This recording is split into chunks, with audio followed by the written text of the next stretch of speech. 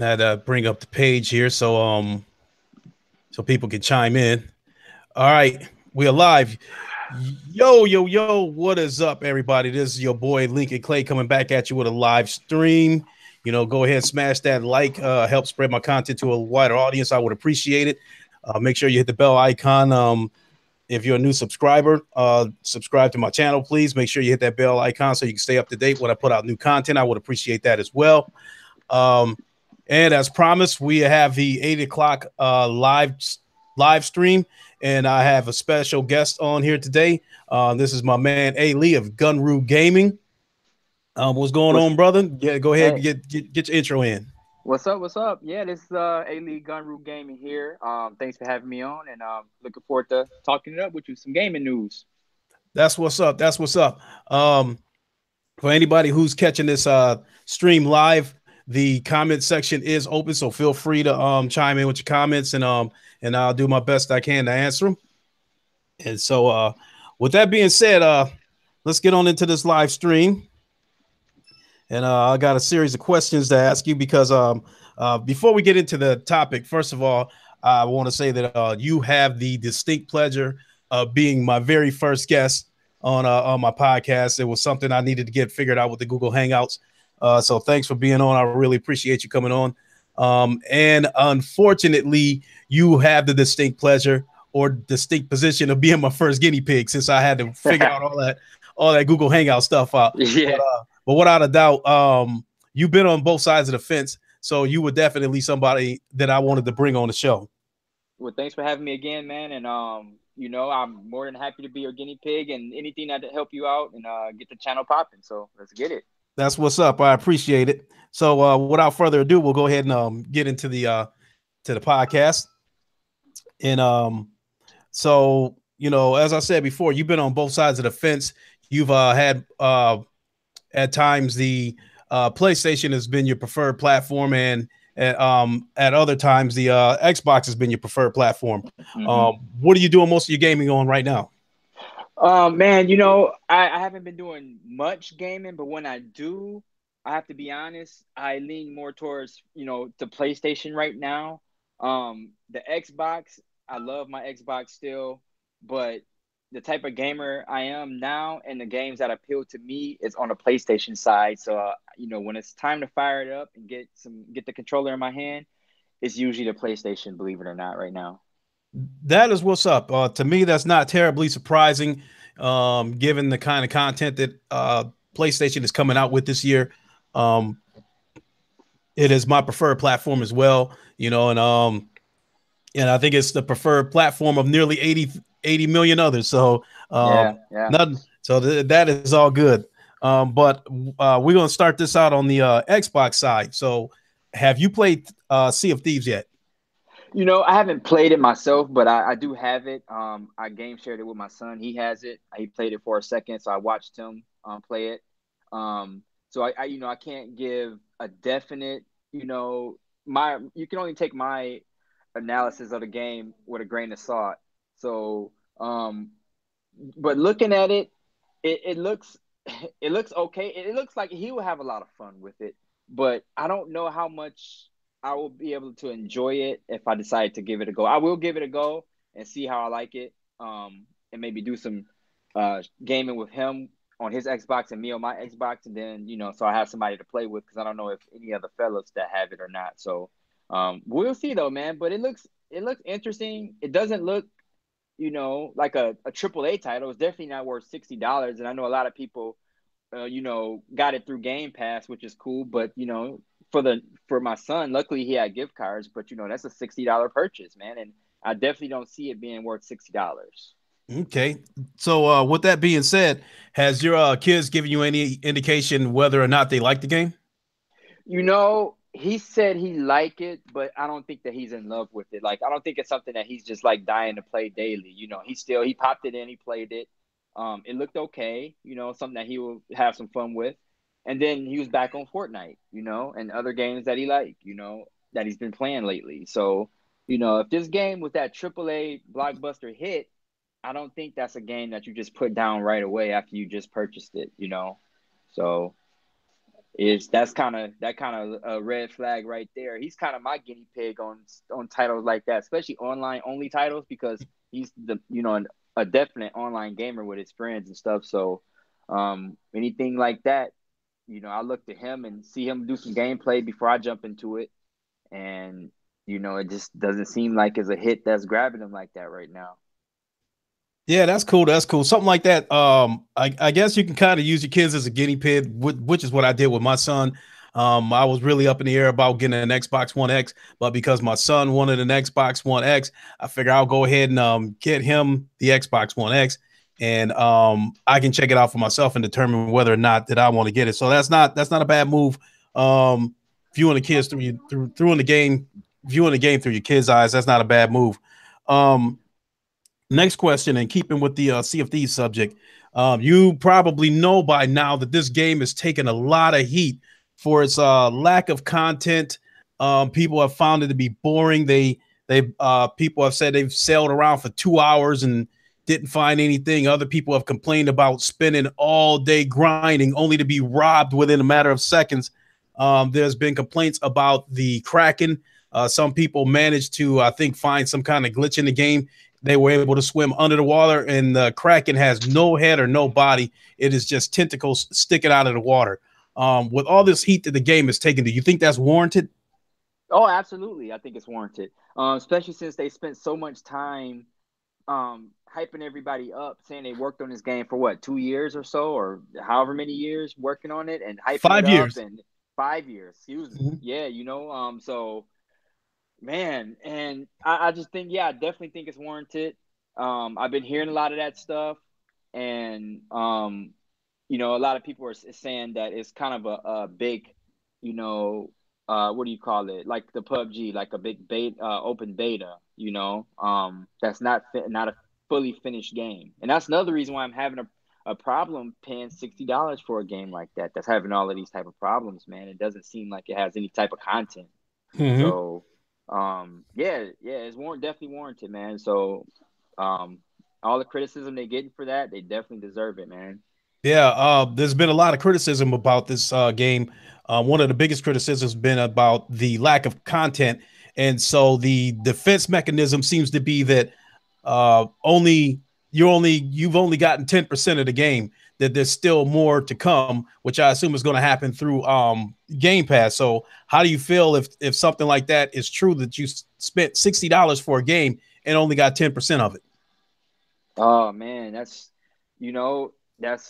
terrible, and that's another reason why I've been leaning towards my PlayStation, because you buy a game and you get what you get, and it seemed like Microsoft is doing, with the PUBG and with the Sea of Thieves and with this Game Pass, it just seemed like they're just leaning towards releasing a bunch of online only, half finished beta games, that you just go through this Game Pass to get, and they hide the fact that you're only paying $10 a month for Game Pass, and they can just throw these games at you, that's not finished. I just think that's a problem. Yeah, I agree. So I just found this out about maybe 20 minutes before I started this stream. It appears that Sea of Thieves was hacked, and it appears that it was hacked from the PC side. Have you heard anything about that? No, I haven't heard anything about it being hacked. I just been hearing about glitches on the Xbox, but I haven't heard about anything it being hacked. That's new to me, so I have to look into that. But again, I'm not surprised, man, because the game's not finished, and it's just more fuel to the fire of bad news for this title, man. And I think it's gonna be short lived, man. It's people gonna, they're gonna, by the time they start releasing more content for this game, people gonna been and moved on. Gamers gonna be moved on to something else, and it's just gonna be a game that's gonna be stuck on Game Pass, or people that pay $60 is gonna, just it's gonna be $60 down the drain, pretty much, in my opinion. Mm-hmm. I'll be surprised. I'll be surprised if they, if it got potential. I can see how it can, get some gamers interested, but I think it'll be too little too late by the time it's got more content. Okay. How do you feel about the art style as compared to some of the exclusives coming out on the Sony side? How do you feel about the art style of Sea of Thieves? I don't like the art style. I mean, everybody say, "Oh, the water looks good," and this and that, but I don't like the art style. Just like I don't like Fortnite's art style. It's just not my type of thing. And it's definitely not a title that you're showing off the Xbox One X with. So, like that, like I say, man, that's a game that, for the young gamers that want to enjoy a multiplayer game who don't really care about graphics or anything like that, that just want to just get in there and have some fun. Um, with the game, with the content in that game and the art style, it's not a $60 purchase, man. And I'm not a fan of the art style, in my opinion. I totally agree. Now I played Fortnite a few times. It is a fun game, but because of that art style, it's only so much of that cartoony stuff that I can take. And Yeah. speaking of which, you pointed out that Sea of Thieves is not a game that you can show off the power of the Xbox One X. You purchased an Xbox One X. Do you feel you've gotten your money's worth out of that console? No, I'm a fan of Xbox, so I can sit here and say, oh, it doesn't sting me as much. But for the average person, I can say honestly that $500 is a lot, and I do regret paying that much for the Xbox One X because I don't think that I think it got the power is a nice quiet system. I like the fact that it's black because it matches. And I know this sounds crazy, but it matches my entertainment center with my black PS4 and my black TV stand. Uh So huh. and so all the Xbox One S's are different color or white, and so it didn't look as good. But it's not worth $500 good. So yeah, I don't think that it was worth $500. The what make me able to swallow the bullet is that my Xbox took a dump on me, my launch Xbox One. So I was in a market to buy another Xbox anyway, and I did buy a One S. It was at the time where it was $200. But again, I traded that. I took it back, got my $200 back, and I added the 300 onto it. So I still a $500 purchase, and I just don't think it was worth that amount of money. And I could have kept my One S and bought a Switch, and I would have been more satisfied with that. And I do to this day regret that, man, because the Switch is doing some good things right now. And But it's a game that I can have fun with my younger son. So, man, Mhm. $500 is a lot. Right. But hindsight is 2020. I mean, a lot of hype was built up into this Xbox One X. And myself, I was in the same position as you. Um, I spent $500 on that console, but the blow was softened because I did have $300, $200 worth of Best Buy gift cards. So that did soften the blow. And and Yeah. I do spoil my son a little bit. So I was going to find a way to get it for him regardless. Uh, Hmm. I understand you also have the PS4 Pro. Were you able to make comparisons for yourself between the Xbox One X and the PS4 Pro? Yeah. This is the thing. The titles that the PS4 have, shows off the power of the PS4 Pro. And I think the regular PS4 is just as powerful when it comes to the games that Sony put out. They got some beautiful looking games. So I played Uncharted 4. I played the show 2017, last year's show, and I got this year's MLB the show. The Uncharted's, the Last of Us, and those PS4 exclusives. So yeah, I got to play those. I have a 4K TV. So um, I think that the $500 versus what the PS4 Pro costs is still neck and neck, man. I think Microsoft kind of got over with that extra $100 price tag. Which doesn't surprise me because they burned that 6.4 teraflops into everybody's head, so they Mm-hmm. had already programmed everybody to be prepared to pay that extra $100 and made you feel like you were getting a premium console for the $500. I don't think it is a bad console, but I am in agreement that the console was not worth $500, and I do feel that the console is only as good as the lineup of software they have with it. So, with that being said, my next question is, how do you feel about Microsoft's lineup of games for 2018? Oh, man, it makes me fortunate that I do have a PS4, because already Sea of Thieves was one of their hits that was supposed to be in 2018, and that didn't impress me. And what you got, Crackdown, 3, and what you got, State of Decay 2, which is a $30 title. I'm not expecting too much. I mean, it may be fun. I'll pick it up, but 2018, man, unless they do something at E3, it's looking real slim right now for them. Looking dangerous. And that's definitely going to be my next question. But before I get to that question, State of Decay 2 is the next coming exclusive, and we still haven't heard anything from Crackdown 3. So it's got my wheels turning. It's got me wondering. My initial thought was that if Microsoft had a ton of exclusives coming out the way Sony does, I think they would have went ahead and canceled Crackdown 3 by now, because they could have went ahead and slid that game out the back door without anybody noticing. But if they cancel Crackdown 3, that only leaves Sea of Thieves and State of Decay 2 for their exclusives for 2018. So canceling Crackdown 3 would stick out like a sore thumb. So I'm led to believe that Microsoft is going to go ahead and run this game out, even if it's broken, because they don't have a whole lot of exclusives. So with the next question being, so what are you expecting from Microsoft this year for E3? Oh man, it's gonna be tough, man. I'm expecting them to announce some, maybe some more online games, some more indie looking titles. They're gonna probably do something with announcing some stuff for Game Pass, or I really don't know. I'm really curious to see, man. I'm really looking forward to this year's E3, because now that the Xbox One X is out of the way, they really don't have that to fall back on. So now it's like, what's up with the games? So I'm looking to see what they do, man. And I'm holding out hope, man, because I'm still an Xbox fan. I love Xbox still, but I really don't know what to expect coming from them this year, man, for E3. I believe that Microsoft has taken hit after hit for their lack of games, and so with that being said, I think that this year's E3, I think we might see some trailers for games that are going to be coming up for the next generation, because I think anything that's in development right now is surely not going to be ready for 2018. I'm not even sure it's going to be ready for 2019. I think anything that they're working on right now might not be ready till 2020 at the earliest. So I think whatever they might show at this year's E3 is going to be for the next generation. So that brings me to my next question.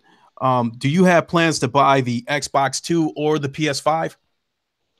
PS5 definitely, man. I don't, because I think it's coming out later than the Xbox, probably, because they don't have no reason to rush the PS5 out right now. But that's a console that if it did come out, I'm definitely buying it day one. But as for Xbox, I think after spending $500 on this Xbox and the titles that they've been showing, and the first party titles is lacking, I won't rush to buy it day one, and that's a shame to say, because I bought every Xbox One, day one when it released. So I'm not sure when they plan on dropping a new Xbox, but they're gonna have to come with the games first, man. Because why would I spend more money on another Xbox when I have a PlayStation who got the exclusives and the third party titles that I can? So I don't have to buy an Xbox. I can just keep what I have, And they all about this backwards compatibility stuff, so it's no rush for me to buy another Xbox. I can just enjoy the backwards compatibility and finish games that I didn't finish before, and continue playing what they have out now with the library I have on my Xbox, and be satisfied with that. That's cool too. And to further complicate that question, everybody knows by now that Microsoft is moving in the direction of games as a service. So I do believe that when the next Xbox comes out, it is going to be some type of Steam box, some kind of oversized Fire Stick, because the root of their gaming is going to be through the cloud. So I'm led to believe that the Xbox 2, when it comes out, will probably not have that much power. I think it's going to have just enough power for it to function. I think it's a strong possibility that since they're moving towards cloud-based gaming, I think there's a strong possibility that the new Xbox will not have a disk drive, and I'm not even sure if it's going to have that much space in terms of the hard drive. So So with that being said, if there was if the new Xbox is some kind of Fire Stick or something like that, would you be interested in that? Yeah, good question. I guess it depends on the cost, how much it costs. They do have games that I enjoy on the system, and I don't really care about them going, all digital or whatever. And games as a service doesn't really bother. It bothers me, but um, I'm a fan of Xbox, and if I have to buy it and it has less power, and just for me to play the Gears of Wars or whatever exclusive game that they got coming out, I'll buy one, but it wouldn't be like a rush situation. I wouldn't hurry up to buy it. Oh, Um, okay. yeah. So let me ask a question that was unplanned. So, given what you just said, and given that Microsoft is moving towards cloud-based gaming, what if something does crazy happen and Microsoft is able to strike a deal with Sony to get all their games over on the PlayStation platform, and it would be possible for you to play Gears of War on the PlayStation? Would that further affect your decision to get an Xbox too? Oh yeah, I wouldn't get an Xbox then if I can play their games on the PlayStation, or if I can play it on the PlayStation, I wouldn't spend the money on buying the Xbox. They would have to entice me in some type of way to justify purchasing their platform if they're going to have the games as a service on another system. That's a no-brainer for me, to just play it on my PlayStation. And I'll Okay. just, and this is the thing. I love Xbox controller better than the PlayStation's controller. I'm a big fan of the Xbox controller. So, um, but even then, I would rather play it on the PlayStation if I could play it on that platform. I wouldn't go out and buy another or Steam box or whatever it'll be called, or Xbox cloud based, whatever, you know. Yeah. But they would have to give me a reason to buy it, man. It's a lot of games that I still have in my library that I want to play and finish. That's on my Xbox, and I do have the Xbox One X, and I'll just keep that and enjoy that. And I wouldn't be in a rush to do anything with Xbox after this generation. Mm-hmm. Yeah. Okay. I think last question on the Xbox side before we get ready to switch gears. Hmm. Um, are you excited about State of Decay 2? Uh, no, I'm not excited about it. And it is. I like the fact that it's only gonna be $30. I mean, if it was $60, I wouldn't even buy it day one. But with it being 30, I might go ahead and pick it up day one just to have it in my library.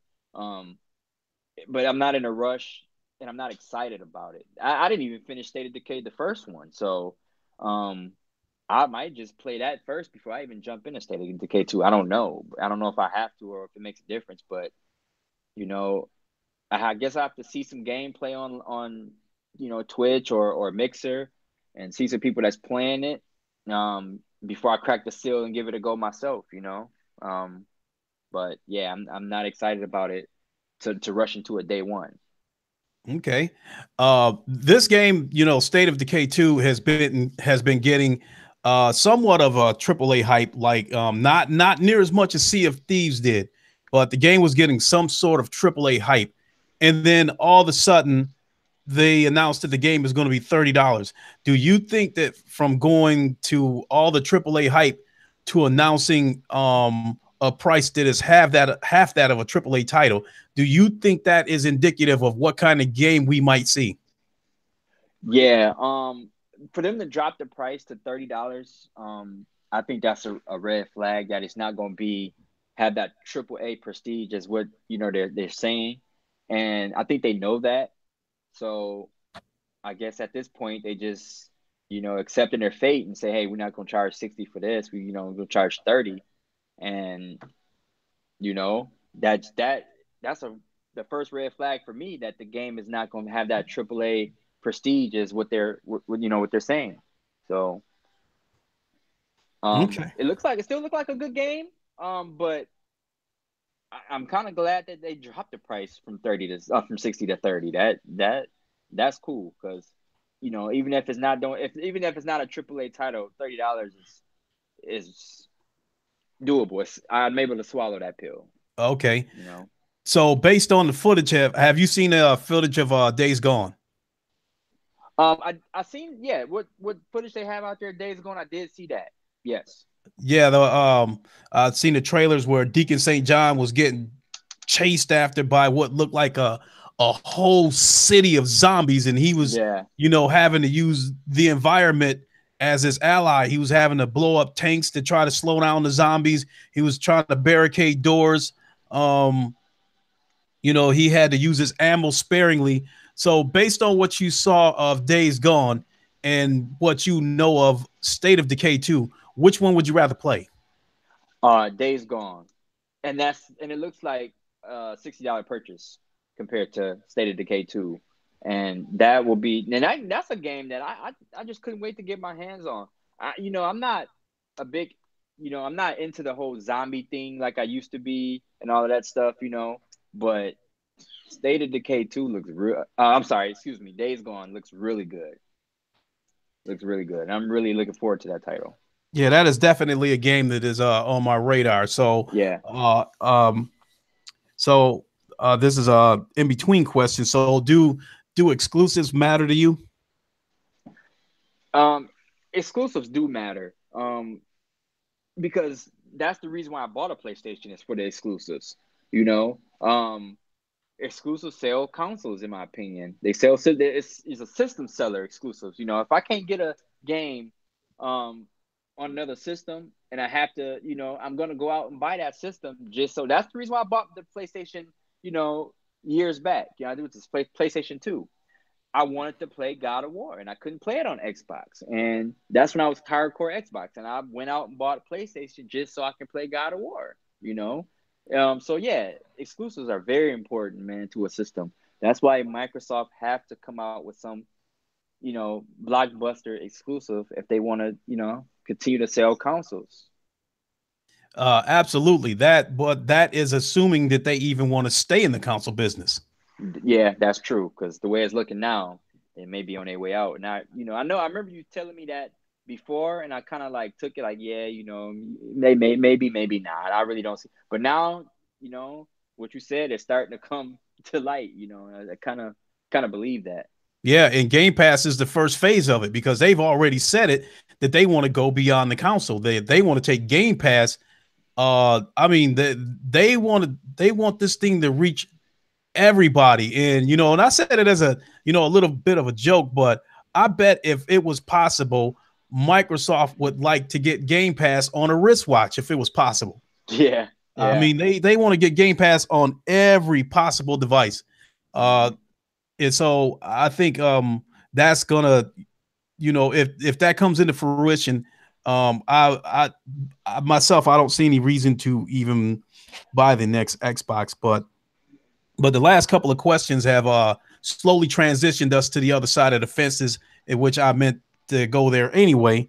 So, are you excited about Sony's lineup in 2018? Yeah, and I was saying this back in 2017, already looking forward to 2018. And now that 2018 is here, I just, and it's already starting out with the show because that was one of the games that was on my radar because I love the show, MLB show. So here we are with that. We got God of War next month. That's a definite day one, stay home from work type of game that I'm ready to jump right into. So yeah, man, this is the year of Sony for me, man. I'm really looking forward to their games this year. No doubt about it. And in a along with MLB The Show, God of War, there's also a couple of in between games. Yakuza 6 is a game that I'm interested in, and it comes out 3 days before God of War, and I see that being a problem because with Sony coming out with so many games this year, it is going to be a pretty expensive habit, and so Yeah. and I think Sony would have really been able to help the potential of Yakuza 6 if they would have placed this game at a point where there's no other games around it. Yeah. So I think with this game coming out 3 days before God of War, anybody who might be strapped for cash and can only pick one game, naturally God of War is going to be the one that they're going to pick. Yeah. And I'm a So big fan of God of War, and I'm buying the limited edition of God of War. So, for me, I'm not gonna pay $130 for the limited edition and then go out and pay for Yakuza 6 when it's gonna just sit there in the wrapper while I'm playing God of War. There's no point in me buying it right away, Right. I've even though I taken that. want it. Yeah, I've taken that same approach, and I'm a blue collar worker, so you know, so I'm not in a position to, I don't want to drop $120 over 3 days to get two games. So Yakuza 6 is a game that I'm interested in, but it is a game that I'm definitely gonna have to catch when it's on sale. Yeah. So you got MLB the Show. You're looking forward to God of War. Is there any other exclusives that you're looking forward to this year? Um, I'm looking forward to, for the PlayStation side, I want to play the new Spider-Man. I'm looking forward to that. Um, I got to refresh my memory of the release dates of these games coming out. But gosh, I'm really looking forward to E3 because I know they're gonna show some footage of Spider-Man, so I can't wait to see that. I'm really looking forward to that. Um, but you mean exclusives or just games, period? Because I know I'm looking forward to Exclusives, because as exclusive. far as multiplats goes, I'm pretty sure everybody's looking forward to the new Call of Duty, the new Battlefield, and Red Dead Redemption 2. That's a given. So I was just wondering if there's any other exclusives that you're looking forward to on the Sony side. Is Days Gone coming out this year, or is that 2019? They moved it to 2019. It was originally Okay. slated to come out this year, but I think because so much stuff is going to be happening towards the end of the year. I mean, even Call of Duty, they even moved their date because of Red Dead Redemption. They didn't want to release too close to that. So I think Call of Duty, they moved their date now where they're going to release about a month before Red Dead Redemption 2. And Days Gone could easily get swallowed up in all that stuff because we don't even have a date for Spider-Man yet. Yeah, yeah, that's a good move. That's a good move. Pushing it back. But It- um, but yeah, so yeah, I'll be back in God of War. And probably after that, I'll go ahead and pick up Yakuza 6. I'll be playing that. And for the exclusives, I still got some catching up to do on some of the exclusives like Neo and stuff like that. I haven't even played that yet. yeah, absolutely. I've got Horizon Zero Dawn, Deus Ex Mankind. I mean, I've got a Yeah. huge backlog on the Sony side. I mean, I think as far as the Xbox goes, I think I have 20, 25 games on the Xbox, but I've got at least 150 on the PlayStation side. Right. Yeah. Mm-hmm. So I've made the push. I've been one of the people who's been trying to push for this, and I'm still trying to push that narrative. Um, is the PlayStation VR something that you're interested in? You know, it's something that see for me, this is the problem for me. Like, I haven't gotten into the whole VR thing yet because I'm more of a just sit on the couch, pick up the controller type of guy. So I haven't gotten a hold of the VR. Once I play a demo of it and play it, then I may have a change of heart. But I'm not a big VR guy. I definitely understand that.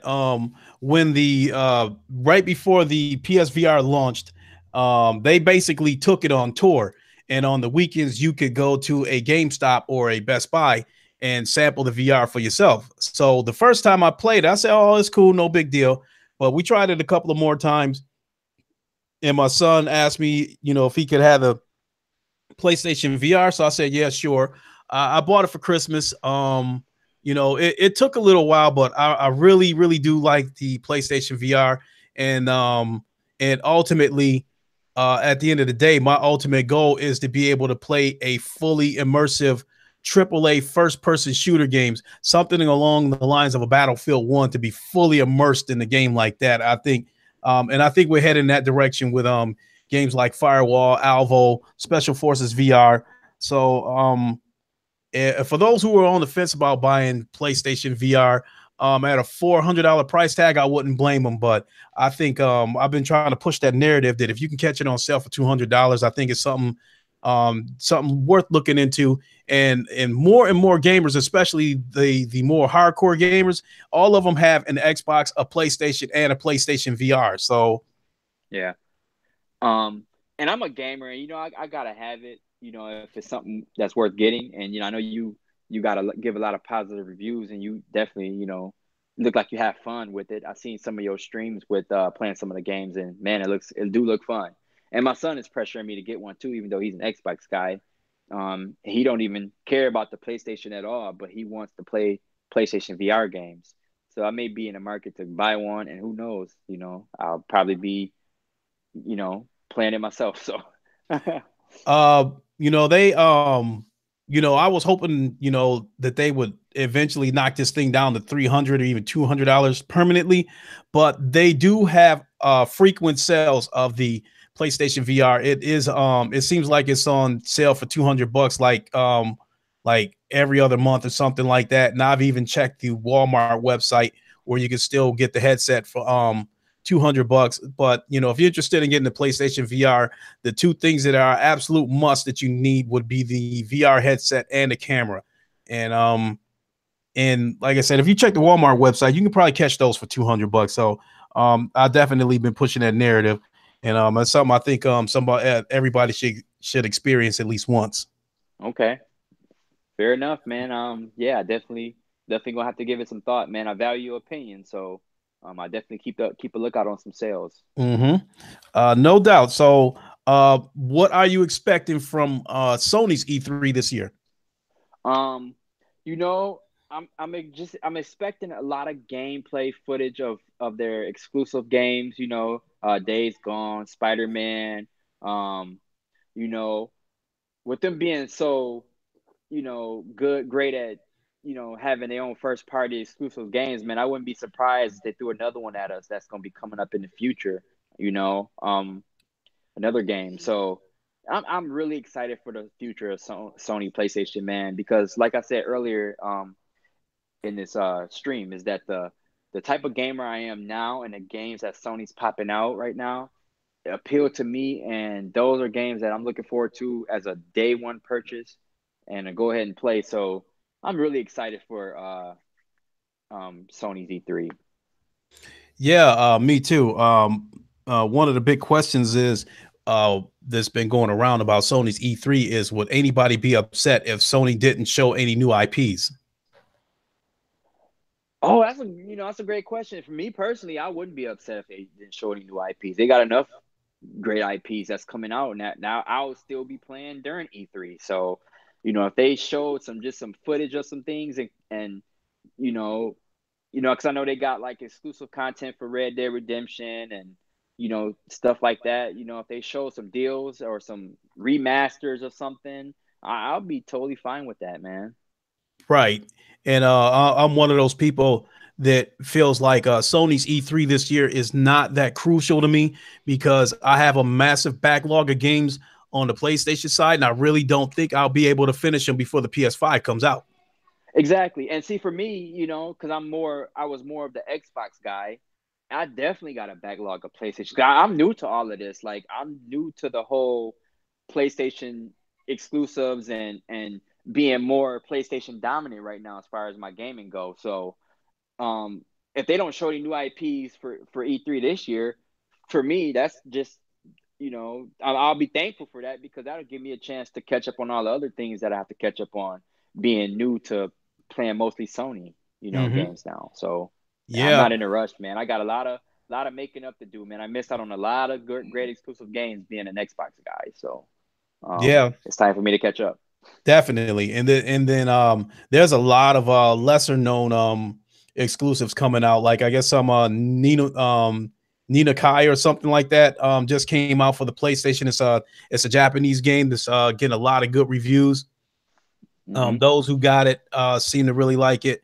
Shenmue 3 is one of the lesser names that's on my radar. That is definitely a day one purchase for me because I was a big fan of the first two Shenmues. The original one came out on the Sega Dreamcast, and I followed that story, and I'm waiting for closure. So Shenmue 3 is definitely a day one purchase for me.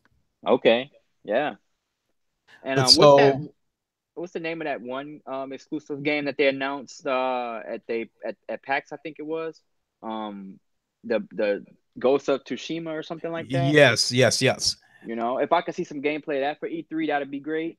I'm looking forward to that title. So that'll satisfy me right there, man. Like they got some got some great games coming, man. I'm really excited about. Yeah, and there is speculation that there will be gameplay of Ghost of Tsushima. There's also speculation that there will be actual gameplay of Death Stranding there as well. Last of Us 2, there will be gameplay of that game as well. That seems to be the speculation going around. And so, speaking of gameplay, that brings me to my next question. What did you think of the latest God of War gameplay that got leaked out last weekend? You know, I'm excited about it, man.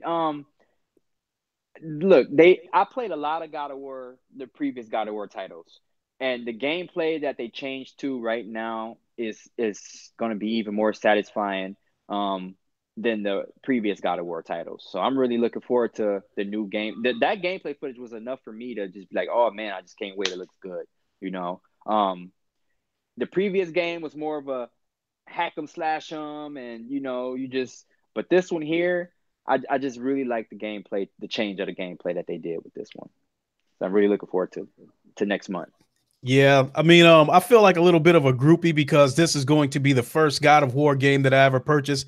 But excuse me. I'm real big into Norse mythology, and the very first trailer I saw of God of War, when he threw that axe and it came right back to him, first thing hit my head was Thor, and Thor is my favorite superhero. So that was when I seen him throw that axe and it came back. That was definitely a day one purchase for me, but it wasn't number one on my list.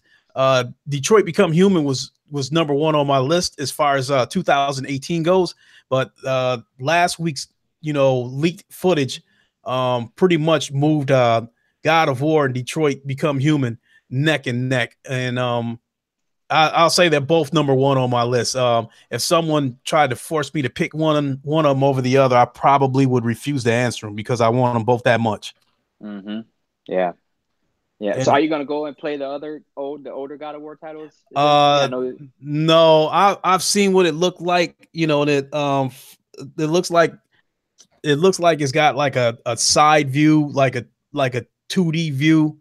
Yeah.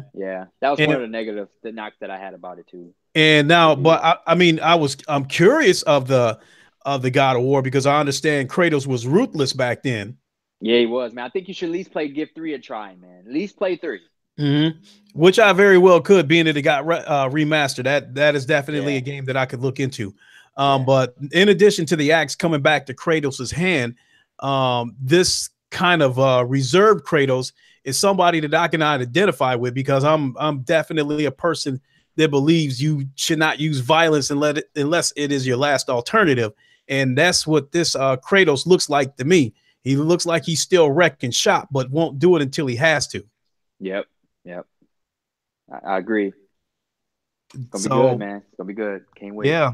So I think I got one more question for you. Okay. Because I know time constraints puts us in a position where we have to wrap this up by 9 o'clock. So my last question for you is I know you purchased MLB The Show. How do you feel about that game? Oh man, MLB, they can't go wrong with what they do every year, man. They could just, they can make minimal changes to their title and it's still gonna be phenomenal. I played a couple games already and I noticed some slight improvements in the gameplay mechanics, which I enjoy. Still a few little hiccups here and there with the fielding. Sometimes they drop easy catchable balls. Still. But you know what? It's always gonna be that one little thing that you could find wrong with a game, and I can look past all that. It's graphically is beautiful. I had a chance to fire up my HDR on it. The graphics are gorgeous. The stadium depth is the stadiums look better. It's a good game, man. And this is one sports title that you could play and all year round and it just never get old, man. When you play Madden and 2K. It got a good 2-3 month stretch, and when it get close to the end of the season, you kind of like get out of the mode of it. But with the MLB The Show, man, I know they have a long baseball season, but that helps. But that game it lasts to the next year, man, and it's gonna be a good game that I'm gonna pop in and play it. Definitely looking forward to some online games. Yeah, well, without a doubt. And you speak of players dropping easy balls. I don't have a problem with that because it is part.